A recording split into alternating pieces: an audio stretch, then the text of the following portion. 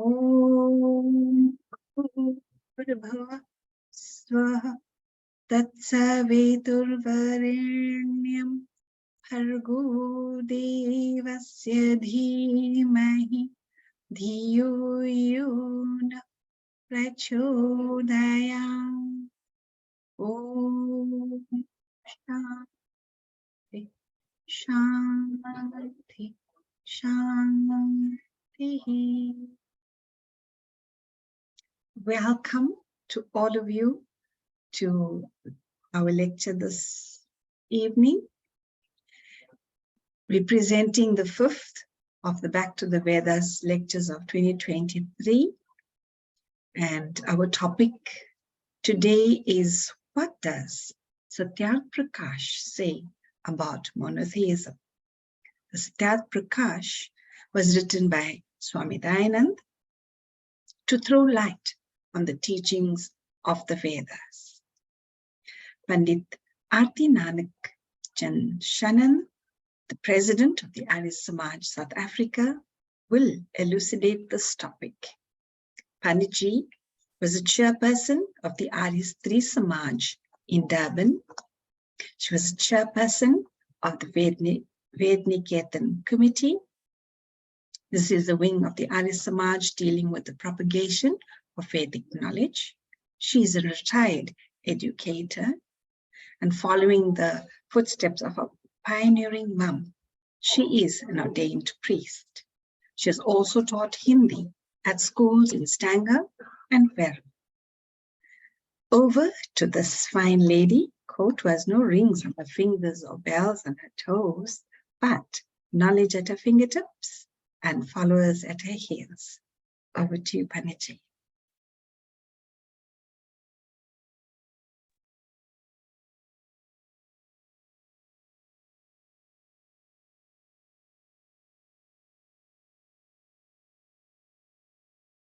Thank you, Pandit Reshmaji.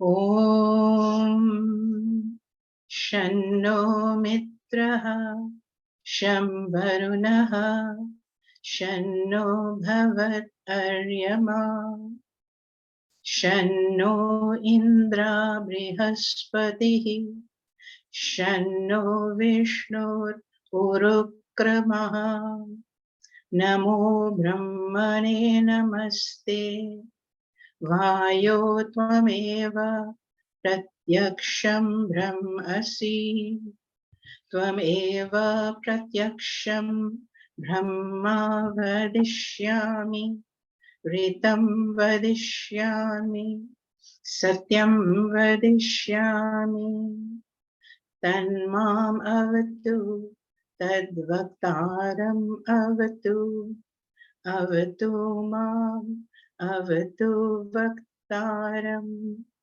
Om Shanti Shanti Shanti.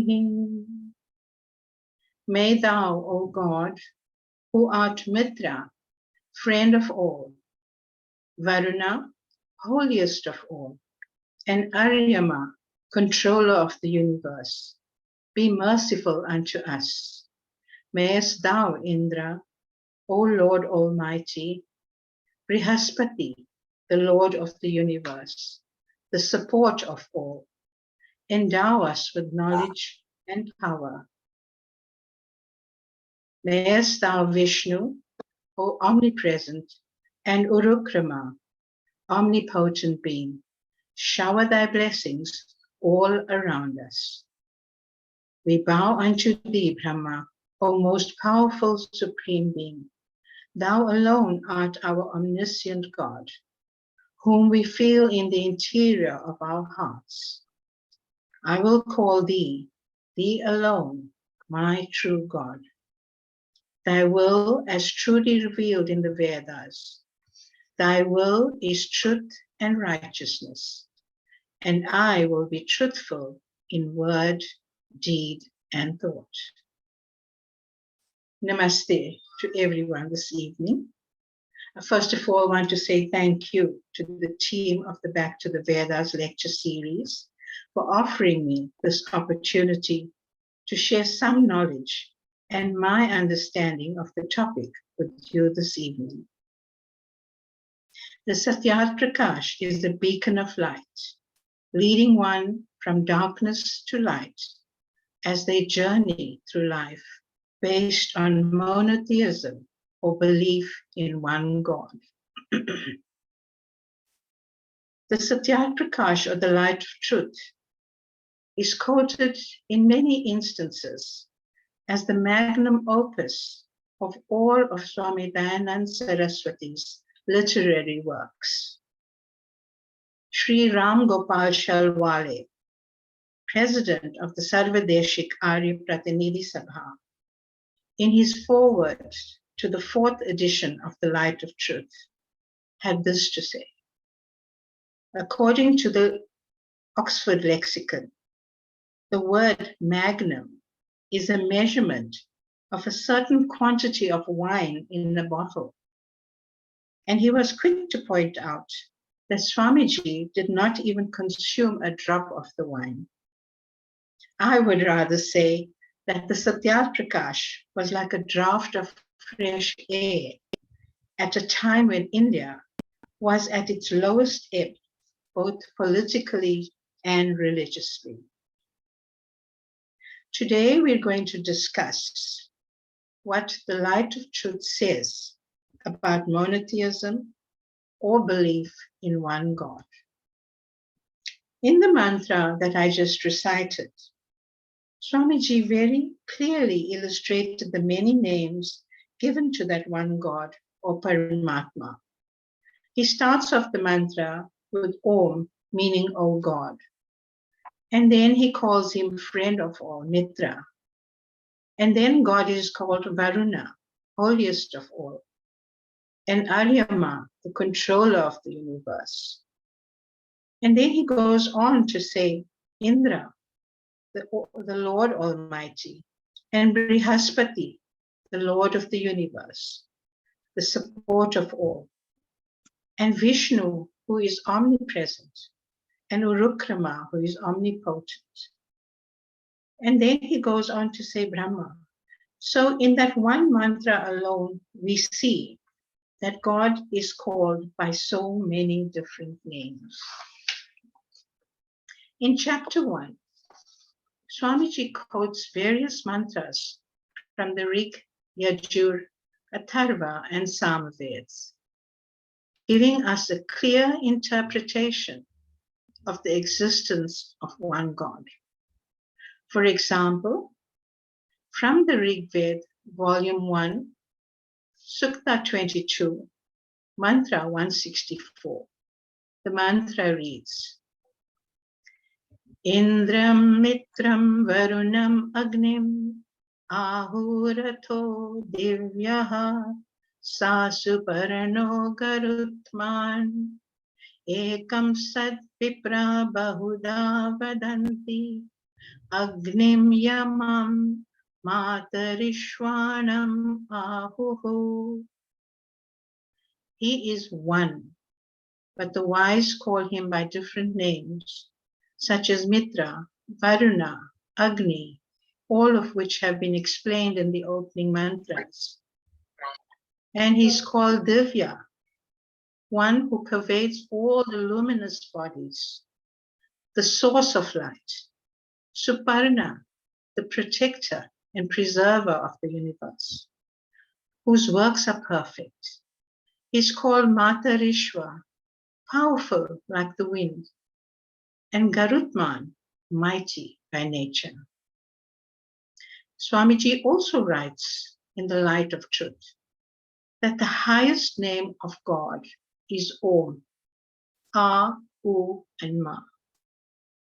We know that A stands for the creator of the universe, U for the preserver, and Ma for the dissolver. Swamiji breaks this down further by explaining the attributes or qualities of these groups as follows. A stands for Virat, Agni, and Vishwa. U stands for Hiranyagarbha, Vayu, and Tejas. And Ma stands for Ishwar, Aditya, and Prajna. It is clearly emphasized in the Vedas and all other scriptures that all of the above names mean Paramatma, God, in a particular context. Swamiji then goes on to explain the meanings of the three groupings above. And this is followed by the meanings of 100 or more names given to Paramatma according to his attributes. In the group A, Virat is the first word. We call God Virat because he brings about the manifestation of this lustrous universe. We must remember that Swami Dayanand was an excellent grammarian in Sanskrit and was able to trace the origins and roots of words. For example, the first two letters in Virat precede the root Rajru, which means to illumine or to shine. The second word in the group A is Agni. Agni is derived from the root Anch, which means to honor. The roots Aga or Agi imply motion. Therefore, Paramatma is called Agni because he is all knowledgeable and worthy of honor. Vishwa is the third word in the group A and is derived from the root Visha, which means to enter, to settle down. God is called Vishwa because all elements, ether, etc., subsist in him, and he is present in all of them. When I looked at the root word Visha, in Sanskrit it is a sha, it's spelled in English V-I-S-A, and it means to enter or to settle down. Isn't this the same as the visas that we have to apply for when we go to another country to enter? So it's just something that I thought was very nice. And then in the second group, we have Hiranyagarbha. Hiranyagarbha finds its place in the letter group U of Om. Swamiji makes reference to the Aitareya Brahmana and the Shatpatha Brahmana, where Hiranya is defined as a synonym with Jyoti, light, and Teja, brilliance. Now, if you're wondering what Brahmanas are, I was wondering that. They are explanations which appear after the mantra part in the Vedas. Aitareya Brahmana is attached to the Rig Veda and is composed by the sage Aitareya. The Shatpatha Brahmana is a well-known Brahmana attached to the Yajurveda. Paramatma is called Hiranyagarbha because he is the support of luminous bodies like the sun. Hiranya means light and Garbha means source. Garbha also means the womb. It therefore means one who is the source and support of all light and luminous bodies. This is substantiated by the mantra in the Yajurveda 13.4, which we all recite every day, whether we are saying our Sandhya or conducting a Havan. Om Hiranya Garbha Samavartata Agre, and we all know that mantra. In the beginning, there was this luminous orb, Hiranyagarbha, the one Lord of creation, Pati Eka Asit. He sustains the sun and the earth. Sa Dadhara Prithivim Vyam Uttema. And we adore him, the all blissful being. Kasmei Devaya Havisha Vidhema. The next word in in that group, in the U group, is Vayu.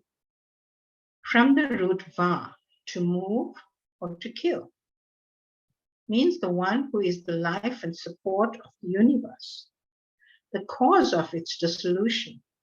And that is why it comes from the root Va, meaning to kill or to move, to dissolve.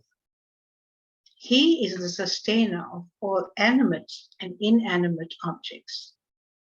He is the creator and destroyer of everything, and is the most powerful among the powerful. In the Ramayana, Hanuman is referred to as Pavanaputra. Pavan is another word that means Vayu. Tejas is derived from the root Tej, which means to glow. God is called Tejas because he is not only self-luminous, but he illuminates other bodies as well. In the third group, we have Ishwar. Ishwar is derived from the root Ish, power or knowledge, or to possess or to have in plenty. God is called Ishwar because of his infinite richness, righteousness, and true knowledge. Aditya is derived from the root Do, meaning to cut, to divide, or to mow, etc. The prefix A means not. It means not to cut, not to divide, and not to mow. So Aditya is one who is never cut, divided, or never dies. He is immortal. Then we come to the last word in that last group of Ma. Prajna is derived from the root jna, which means to impart, to teach, to know. The prefix pra means perfect. One whose knowledge is perfect, who is omniscient, that is that one God. Let's now look at the more common names that we are all familiar with. Ganapati or Ganesha. Ganapati, he is Lord, he is Pati of Gana. What is Gana? Gana is hosts. I'm not going to say people, because he's not only the Lord of people, he's the Lord of the non-sentient nature and of sentient beings, whom he protects as well. And that is why Gana in this context is hosts. Okay. Then we have Saraswati. We say this every day, all the time, even in our mantras. Saraswati is derived from the root Sru, to achieve or to know. One who is possessed of infinite knowledge of words, their objects, and their relations. We also know God as Advaita, one who is only one. There is non-duality. Unlike human beings, where we have many of the species, God is one. We will now examine the adjectives that God is known by. Saguna and Nirguna. God is Saguna because he possesses such attributes as perfect knowledge, bliss, infinite power, and purity.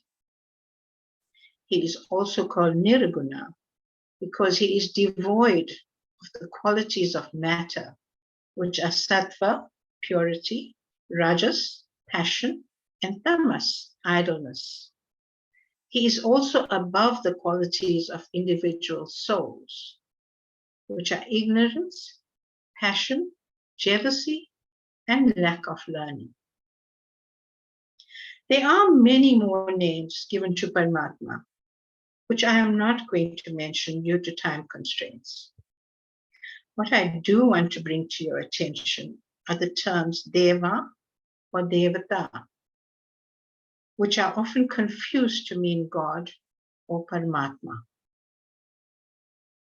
In the chapter on God and the Vedas in the light of truth, Swamiji quotes from the Rig Veda, Volume 1, Sutta 164 and Mantra 39, which says, "They are atheists and of weak intellect, and continually remain sunk in the depths of misery and pain, who do not believe in, know, and commune with Him, who is resplendent, all glorious, all holy, all knowledgeable, sustainer of the sun, the earth, and other planets, who pervades all like ether, is the Lord of all, and is above all devatas.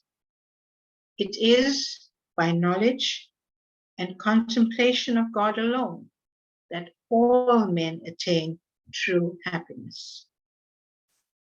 The word devatas is mentioned in this mantra, and it raises the question, what is meant by devatas if not God? Swamiji explains that whatever or whoever possesses useful and brilliant qualities is called a devata. Example, the earth, the sun, the mothers, the fathers, the teachers, the preceptors, etc. The late Pandit Guru Datta Vidyarthi in the Nirukta 7.15 explained the meaning of the word devata as follows: whatsoever or whosoever is capable of conferring some advantage upon us, capable of illuminating things, or capable of explaining things to us, and last of all, the light of all lives, those are fit subjects to be called devatas. This brings us to our next question.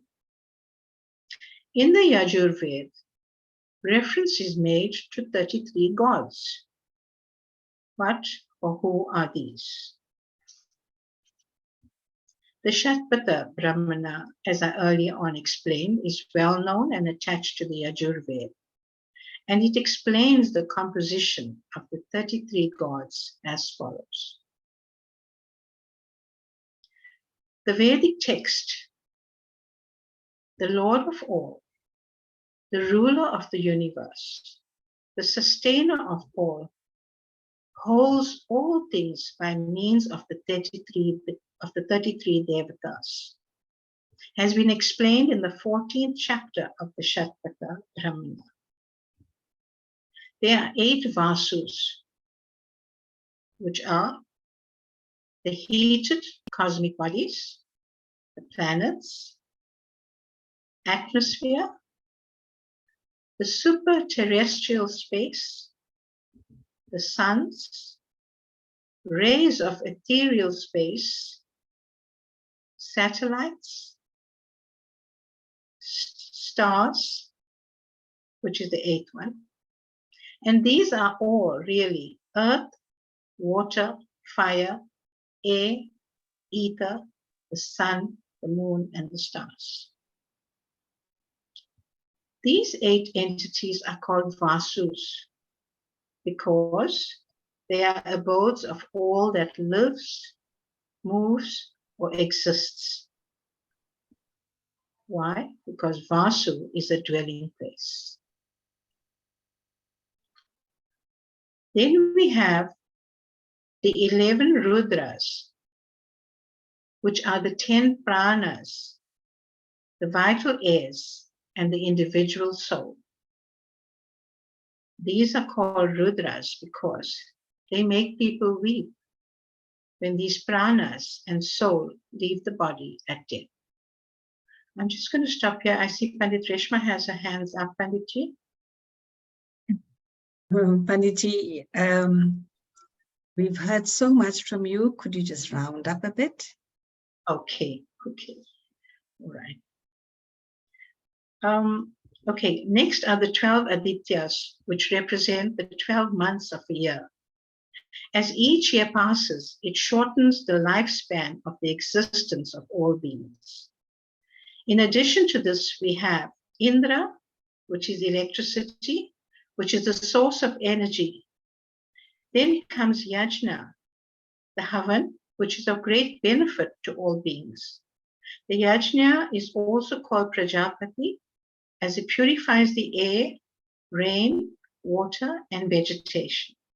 So we see that the 33 entities are addressed as devatas, not because God, but because they possess useful qualities and properties. These are the means by which the Supreme Being, Paramatma, controls this universe.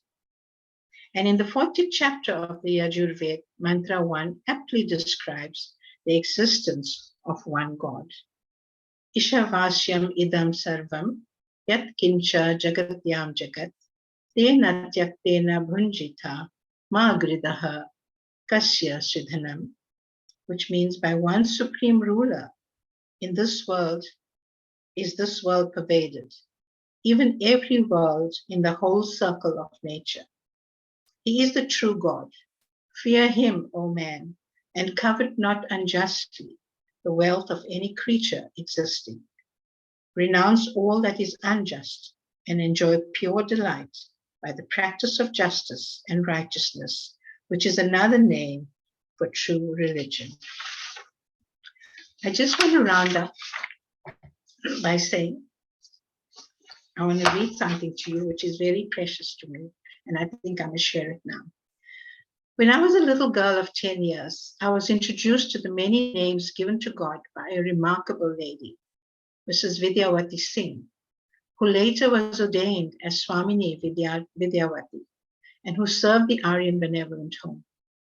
She had composed a bhajan that we all commenced satsang with every Sunday morning in Overport, under the auspices of the Sri Ramayana Sabha. And it went like this. Parameshwar Pranadata Advaita Aja Anupam Anubhava Agama Hai Tu Hai Vyapaka Vibhu Arupam Nirguna Hai Tu Saguna Bhi Akar Hai Na Tera Anand Akhand Bhagavan Hiya Me Karo Basera Paramesh Pranadata Advaita Aja Anupam Anubhava Agamaya Tu Hai Vyapaka Vibhu Arupam भक्तों के विघ्नहारी रखो सदा सुखारी बुद्धि पवित्र पावन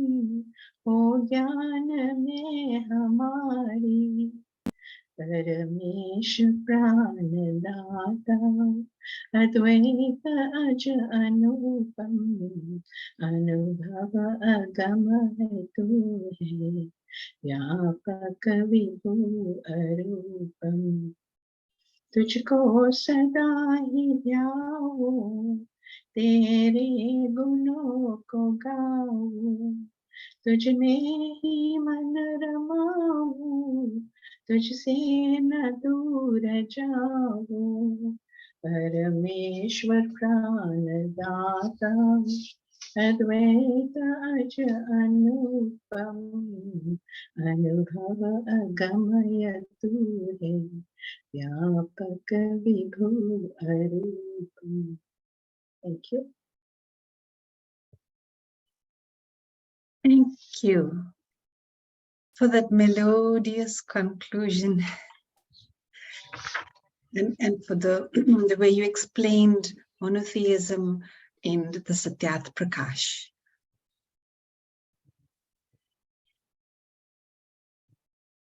Now it is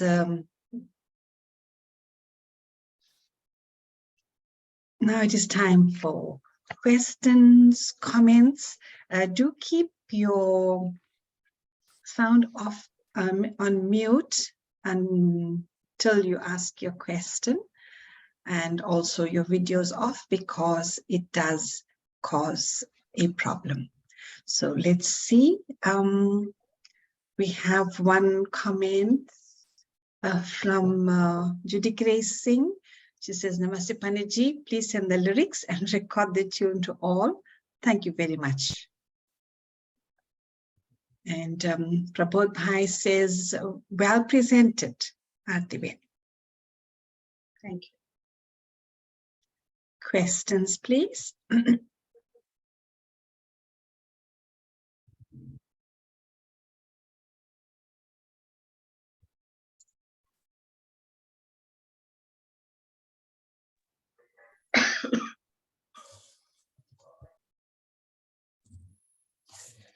Namaste. Yes, It's Prakash. Namaste, Prakash Bhai. Panditji, very well presented speech today. A lot of research I can see. Just not really a question, but just some comments. The topic says monotheism.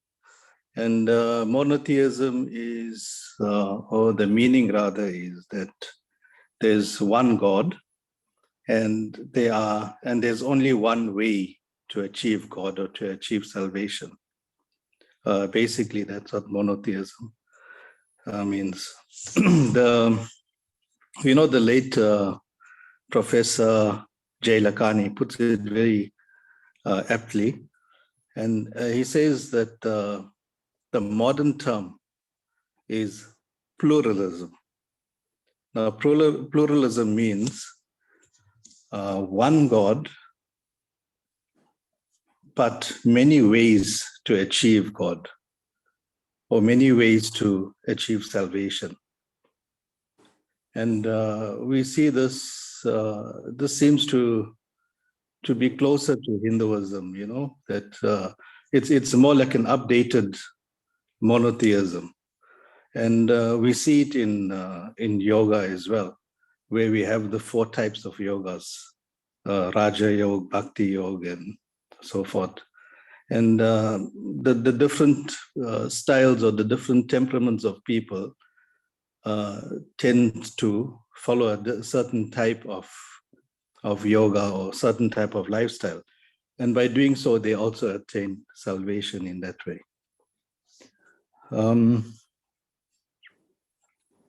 I don't know if any comments on that. I got 1 or 2 more points. But if anyone else wants to say anything. Go ahead for now. I know Karuna Ben has got a hand up, but I'll give you a minute or 2 more. Okay, thank you. Well, see, we're saying that God is one, but why is he one? There's in the Light of Truth as well, God explains, Swamiji explains that God is absolute, and his power is absolute. So if he is absolute, how would or why would there be another God? How can there be other gods? If he is all powerful, he doesn't need other gods. And if there are other gods, then he's not absolute anymore. So that's also one way of explaining that there can't possibly be more than one God, because then God wouldn't be absolute anymore. And also in the Light of Truth, it says that it explains that God is Swarat, which means self-effulgent or effulgence. Now, effulgence means that God is so powerful that he even produces his own power. The power that he produces is from within. And that's how powerful God is, so I don't see any other being or anything more supreme than that. So there's just my few words. Thank you. Thank you, Prakash Pai.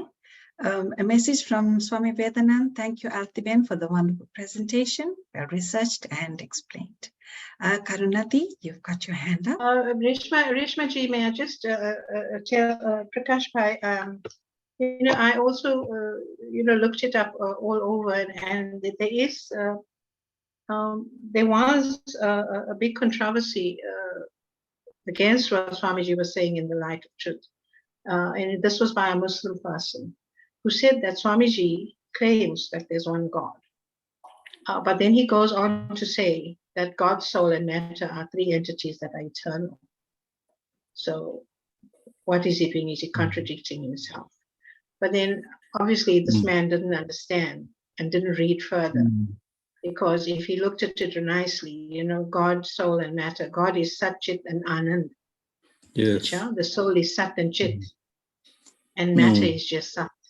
So he didn't really read up properly. And if you Google it, you will see how he speaks about Swamiji's interpretation of God. So thank you for what you said. Thank you.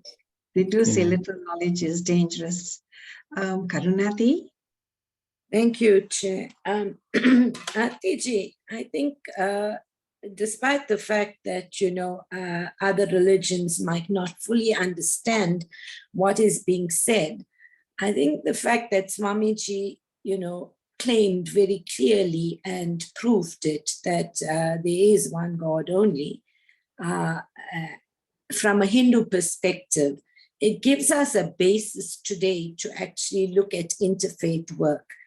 Because if we look at Christianity, we look at Judaism, we look at Islam, they also believe in one God.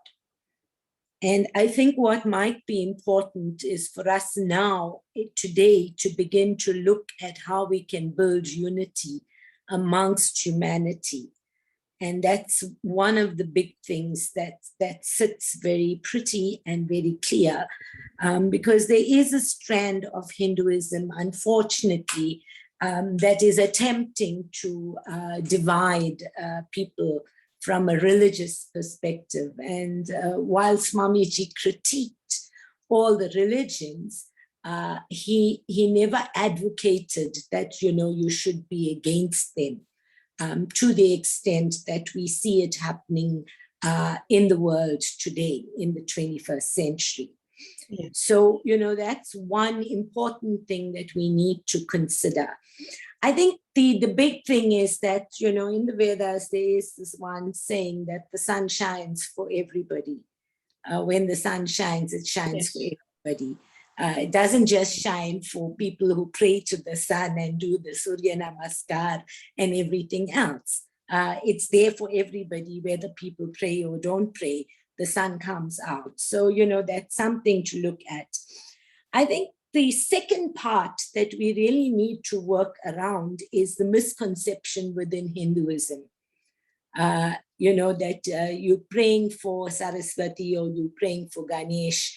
And that, that Swamiji actually put very clearly and very simply by explaining the infinite number of names for God and where it stands. And I think you gave that mantra you gave us at the beginning has so many ways of describing God. But, we need to actually break that, because today everybody goes to Google and Google has a whole lot of things. And now there's ChatGPT and a whole lot of other AI things that are giving a lot of information, which kids and younger people who haven't got the time to study Vedas and go through a whole process of studying in the School of Vedic Studies, they get misconceptions about how you actually look at God. And I think the other big thing that Swamiji did was explain that God is formless.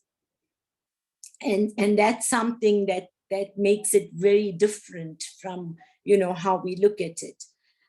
Bhaji, I'm not so sure about the plurality issues, because, the plurality actually comes about politically, socially, And I think if we are saying there's plurality in religion also, then we've got to use it to actually unite religious groups as opposed to divide them. And that goes for us uniting people within Hinduism first and foremost. So, you know, it might be very important to pick up with the Hindu Mahasabha and move on in terms of how we present ourselves as Hindus in South Africa. Thank you very much, Chair. Thank you, Karanati, for your input.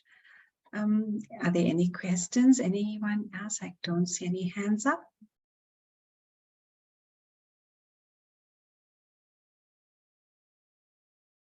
Looks like you've done such a good job, Benji, that no one who's confused or needs any kind of clarifications.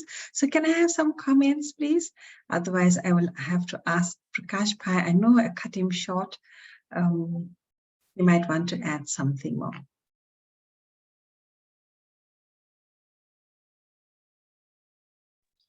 Rishmaji, I just want to say, you know, the Satyat Prakash is so vast.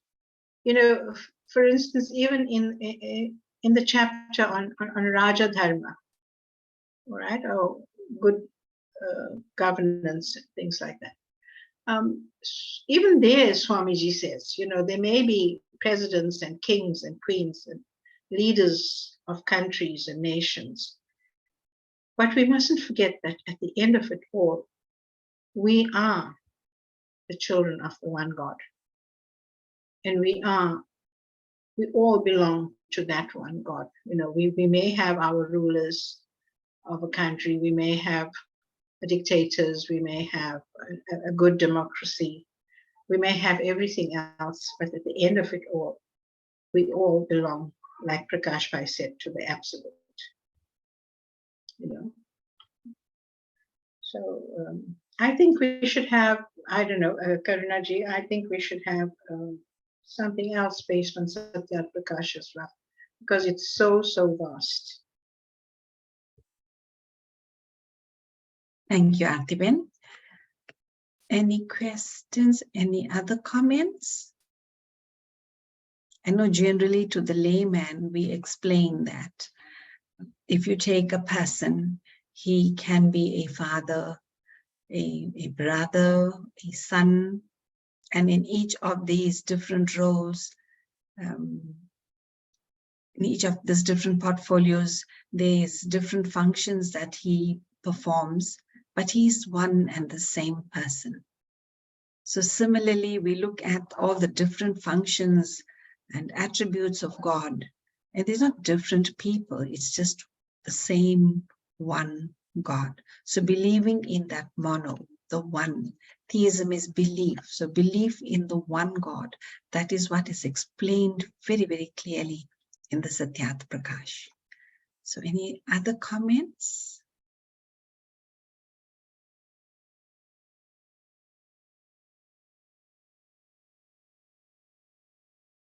I think Prakash Pai, I can give you more time now because I did cut you short earlier.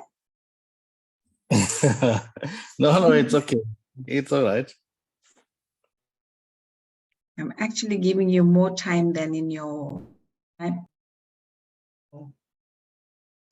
when you did your presentation. No. Well, I mean, there's so much to talk about in terms of God being one, and that it just makes sense that there is only one God. If you do look at most of the religions, they do advocate that God is one, and then they have the prophets and so forth. But most of them do believe that God is one. And if you're going to start saying that there's more than one God, then it starts to contradict. That's where you start the contradiction. And then, you know, so that's where they have to get back to saying that God is one. So it just logically makes sense that way, you know.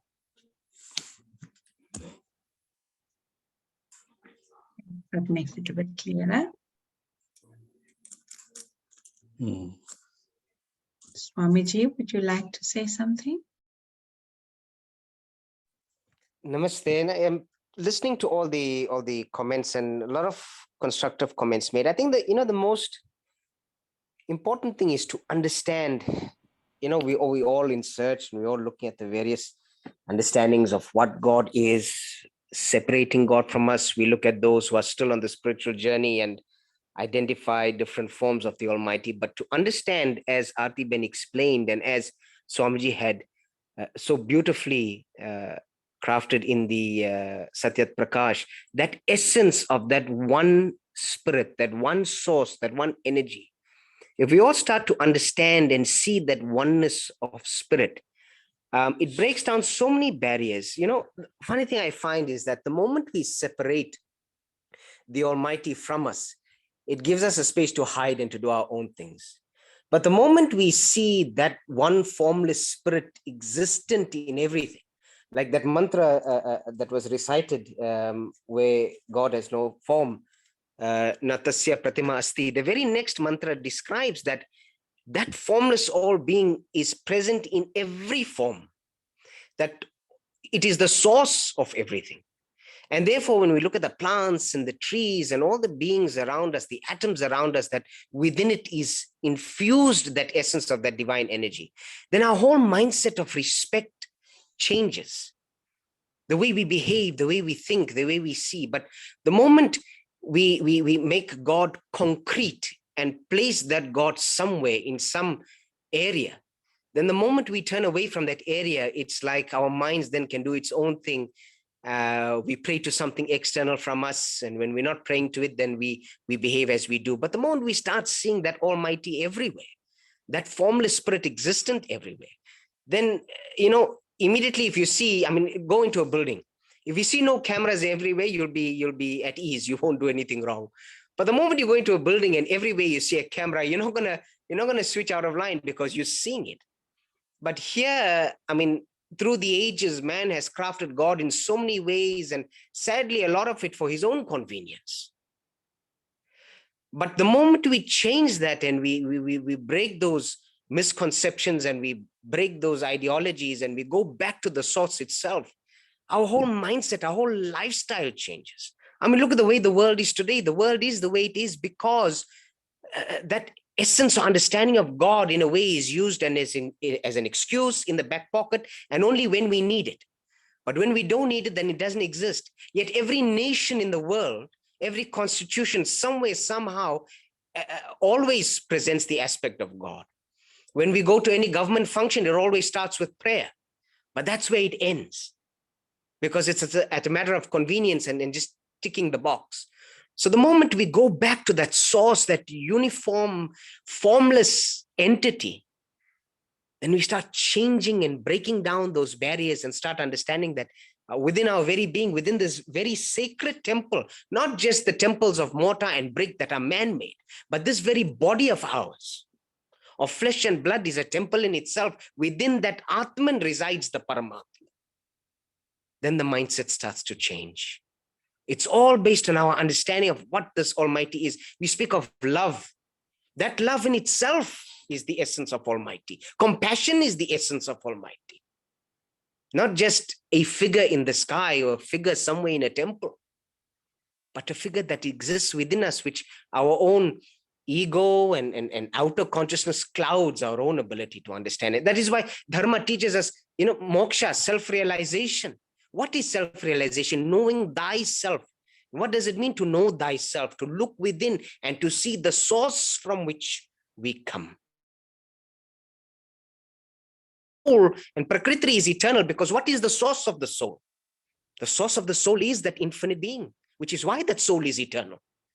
The source of matter is that eternal being, which is why matter is eternal.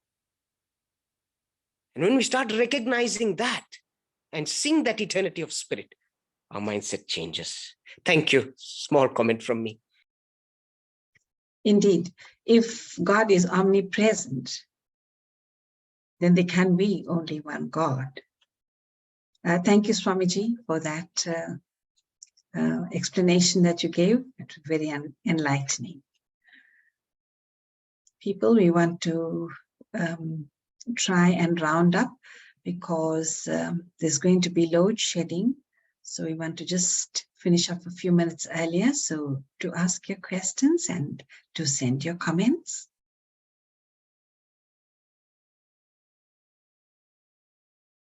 Vishnu Bhai, all the way from Trinidad, kuch bolna hai bhaiji?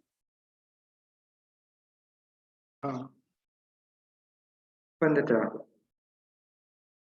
the concept of human is to foster the name of something so we can identify what that thing is. And because of that, a hat is a hat and a cap is a cap, yet they serve the same common purpose. And for each identity that we have named, we have also attributed a name of God to each one of those. So for all of what Satya Prakash talks about, that there is one God and the names are many, is derived from a very practical thing of humankind, to name every aspect of everything that we come across in our life. So there could only be absolutely one only God. Thank you. Thank you, Bhaiji, for clarifying further. Any other comments? Any other questions?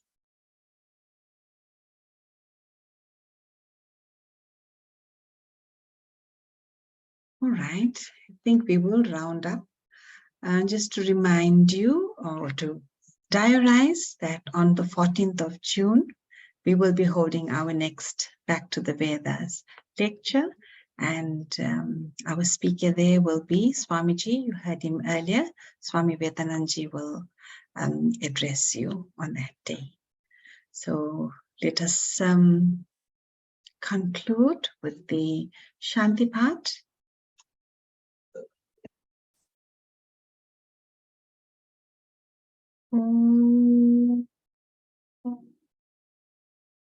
Yo Shantarantariksham Shanti Prithivi Shantara